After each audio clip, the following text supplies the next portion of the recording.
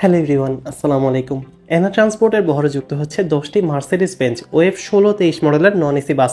এই বাসগুলোর প্রাইস পড়েছে প্রায় 75 লাখ টাকার মতো, অর্থাৎ 10টি বাসের প্রাইস পড়ে প্রায় 7,50,00,000 টাকার মতো। একই মডেলের 4টি এসি বাস তারা যুক্ত করেছে, তবে সেটা মার্সিডিজ বেঞ্জ ওয়েভ 16-23 মডেলের বাস হলো। সেই বাসগুলো এয়ার সাসপেনশনের, যেগুলোর চেইসার প্রাইস পড়ে প্রায় 66 লাখ টাকার মতো এবং বডি করতে স্পেন্ড হয়েছে আরো প্রায় 40 লাখ টাকার মতো, অর্থাৎ সেই বাসগুলোর প্রাইস 1,05,00,000 টাকা। স্ক্রিনে আপনারা যে বাসগুলোকে দেখতে পাচ্ছেন, এই বাসগুলোকে খুলনা রুটে ফিক্সড করা হয়েছে এবং নন এসি বাস যেগুলো, সেগুলোতে কিন্তু আপনারা এয়ার সাসপেনশনের সুবিধা দেখতে পারবেন না। এগুলো প্যারাবোলিক সাসপেনশনের, তবে বেশ হাই কোয়ালিটির চেসিস বলা যায়। শুধুমাত্র সাসপেনশন ব্যতীত চেসিস যেটা, সেটা সেম টু সেম।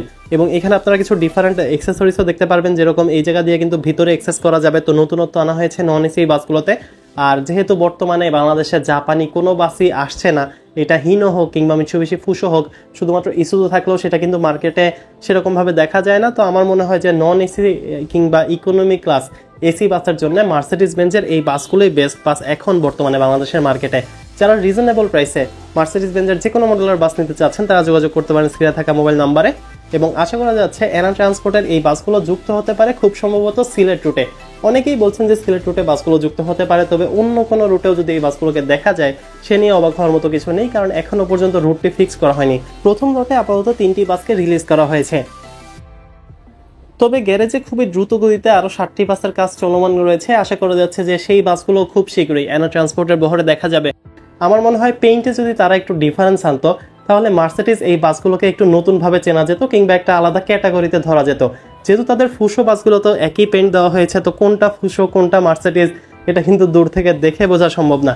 আমি মনে করি যে এনা ট্রান্সপোর্ট যদি এই বাসগুলোতে একটু পেইন্টের চেঞ্জ কিংবা একটু শেপের চেঞ্জ আনতো, কিংবা পিছনে বড় করে একটা মার্সিডিজের লোগো দিত, তাহলে কিন্তু বাসগুলোকে একটা সিগনিফিকেন্ট ওয়েতে চেনা যেত।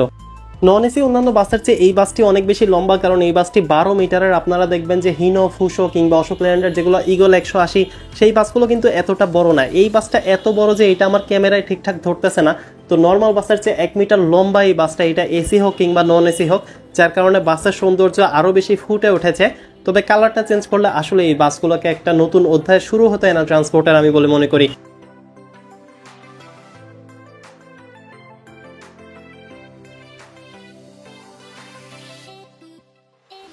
সো এই ছিল এনা ট্রান্সপোর্টের বহরে যুক্ত হওয়া মার্সিডিজ বেঞ্জ ওয়েভ 16-23 মডেলের বাসগুলোর এক্সটেরিয়রের একটা কমপ্লিট রিভিউ। এবার আসি বাসের ইন্টেরিয়র পার্টে। অ্যাজ ইউজুয়াল নন এসি বাসে যেরকম ইন্টেরিয়র, একই রকম ইন্টেরিয়র এই বাসের। তবে বিশেষত্ব হচ্ছে বাসের সিট।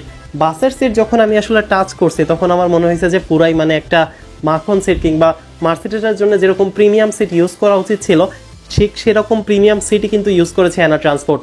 রেড কালারের এই সিটগুলোতে আপনারা অটোমেটেড হেডরেস্টের সুবিধা পাবেন, তবে সিটের স্পেশালিটি হচ্ছে অনেক বেশি সফট। এটা বসলে হচ্ছে আপনার গায়ের সাথে লেগে যাবে, কাইন্ড অফ হচ্ছে আপনার সাথে খুব ভালোভাবে অ্যাডজাস্ট হয়ে যাবে। এছাড়া রেগুলার ইন্টেরিয়রই বলা যায়, তবে সিটের কারণেই বাসগুলোকে স্পেশাল মনে করবো আমি। মার্সিডিজ বেঞ্জের আপনারা এখানে একটা লোগো দেখতে পারবেন, সর্বোচ্চ 120 পর্যন্ত মিটার দেওয়া থাকলেও আমি অনেকটা শিওর যে এই বাসগুলো আনলক হলে আরও বেশি গতিতে চলতে পারবে। তবে এনারও এই বাসগুলো হয়তো 90-তে লক থাকবে এবং গ্যারেজে কিন্তু আপনারা বাসগুলোর কাজ চলমান দেখতে পারবেন।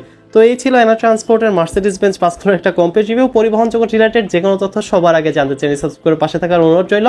যারা আমাদের অফিসিয়াল টি শার্টটি অর্ডার করতে যাচ্ছেন, তারা যোগাযোগ করতে পারেন আমাদের ফেসবুক পেজে।